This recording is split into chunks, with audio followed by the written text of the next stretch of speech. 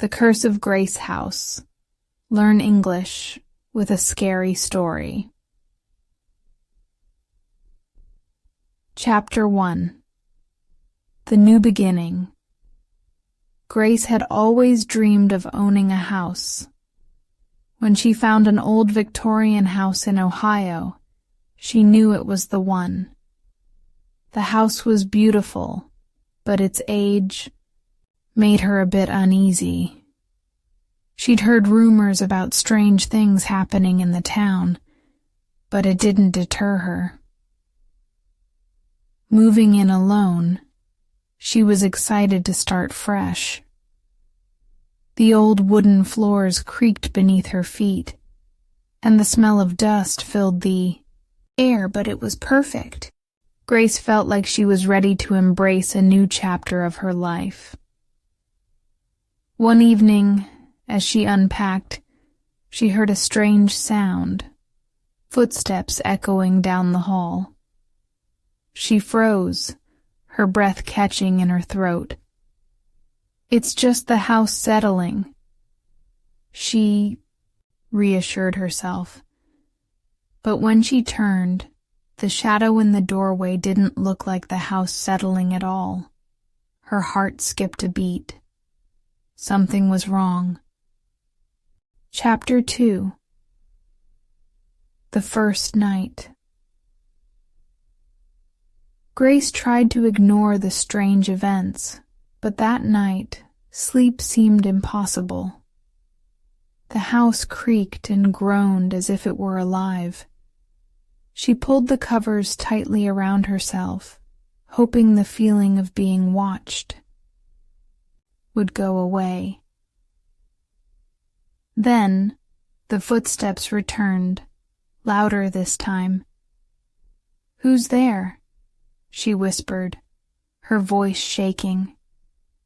She grabbed her phone and turned on the flashlight, scanning the room.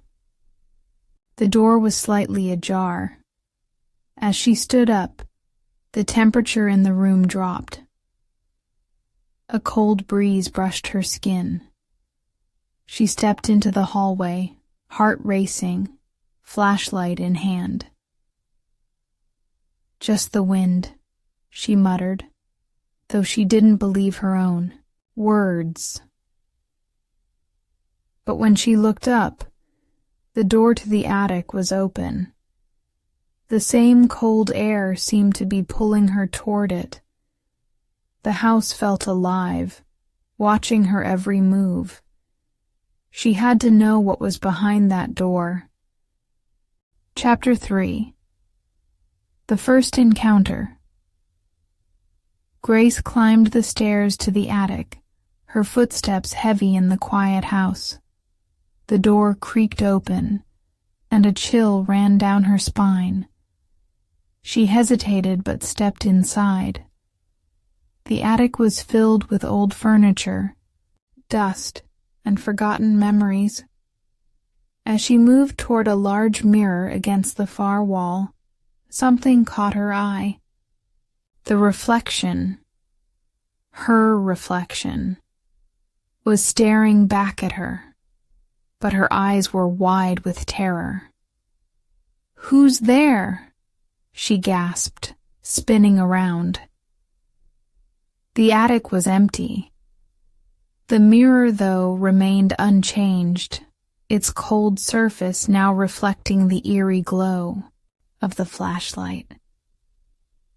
Grace's pulse quickened as she stepped closer, her breath shallow. Suddenly the figure in the mirror smiled, a cold, twisted smile. Grace froze, her heart hammering in her chest. No, this can't be real," she whispered, backing away. But as she turned to leave, the door slammed shut behind her, trapping her in darkness. Chapter 4. The Secret Revealed. The next morning, Grace couldn't shake the feeling of dread. The mirror still haunted her, its reflection lingering in her mind. She decided to ask Mrs. Thompson, her elderly neighbor, about the house. "Do you know anything about the history of this place?" Grace asked, her voice trembling. Mrs. Thompson's face grew pale. "You bought that house?" she whispered. "That house is cursed. A woman lived there long ago. Her husband. He killed her." Grace's stomach turned. "What do you mean?" The neighbor's voice lowered to a fearful whisper. "People say her spirit never left. She was murdered, and her husband ran off to New York. But the house? It's never been the same." Shivers ran down Grace's spine as she processed the news. "You mean the spirit?" Mrs. Thompson nodded gravely. "She doesn't want anyone there." Grace couldn't shake the feeling that something had been following her all along. Chapter 5. The Malevolent Spirit. That night, the house seemed darker than ever. Grace lay in bed, still shaken by what she had learned. The footsteps began again, slow, deliberate. She turned to the door, but it was shut tight. "Hello?" she called, her voice shaking.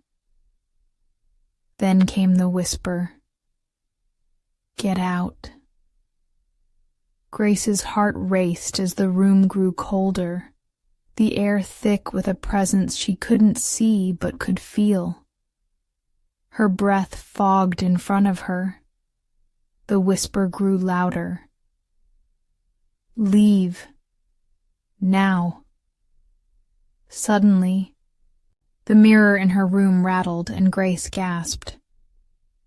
She dared to glance into the reflective surface, only to see the figure, the woman, standing right behind her. Her hollow eyes stared back at her, full of anger and pain. "You can't stay." The mirror shattered, sending glass shards flying. Grace screamed, falling back, but the voice was still there, louder now, angrier. She had to get out, but something told her it was too late. Chapter 6. Seeking help. Grace couldn't take it anymore. The house had become a prison, and the spirit was no longer just an unsettling presence. It was a threat. She reached for her phone, searching for help. That's when she found Ethan Walker, a paranormal investigator known for his expertise in haunted places. Ethan answered the phone with a calm voice. "I'll be there tonight." Grace felt a flicker of hope. Maybe, just maybe, he could help her. That night, Ethan arrived with his equipment. "We'll figure this out," he assured her. They started their investigation, moving carefully through the house. The atmosphere was heavy, the air thick with fear. Ethan set up cameras, then turned to Grace. "We'll confront her. We need to give her peace." Grace nodded, though her heart was heavy. Could it really be that simple? Together they prepared for the hardest part, the confrontation. Chapter 7. The Confrontation. The night was quiet, but the tension in the house was palpable. Ethan led Grace back to the bedroom, where the haunting had started. He set up his equipment near the mirror and began chanting softly. Grace's heart pounded as the air grew colder. The mirror fogged up, and the figure appeared again. The woman's eyes locked on hers. "Leave me alone," Grace whispered, but the figure only smiled, a twisted grin filled with sorrow and rage. Ethan's voice rang out. "It's time for you to move on. Your pain is over." The mirror shook violently, and Grace felt a cold wind rush through the room. The voice screamed out in agony.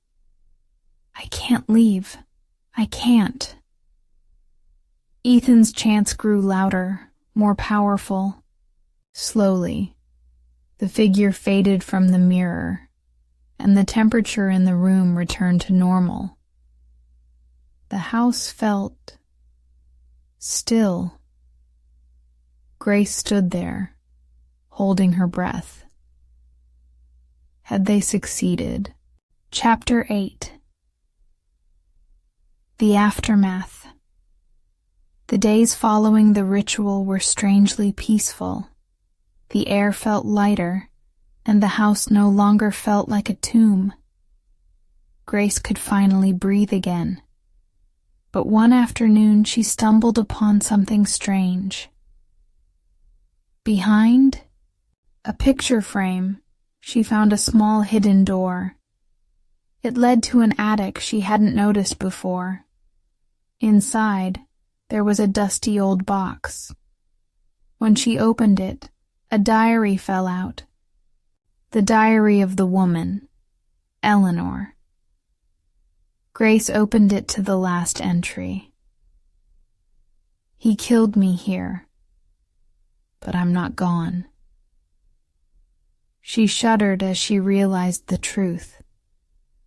Eleanor's spirit had been trapped in that house, waiting for justice. Grace felt a deep sense of responsibility to finish what she had started. She called Ethan once more. "We need to do this right." Together they would help Eleanor find peace, once and for all. Chapter 9. The Final Rest. Ethan arrived, and together they prepared for the final step, setting Eleanor's spirit to rest. They stood in the living room, surrounded by the memories of the past. "We need to give her peace," Ethan said. He began chanting softly, his voice steady. Grace held the diary close to her heart. The room grew colder as they spoke, and then a whisper. "Thank you." The presence that had once filled the house now felt lighter. The weight of sorrow and anger seemed to lift. Grace looked around. The house was still old, still creaky, but now it felt safe. The spirit of Eleanor had been freed. With a final breath, Grace smiled. It's over. The house was no longer a prison, but a place where she could truly begin her life anew. The end.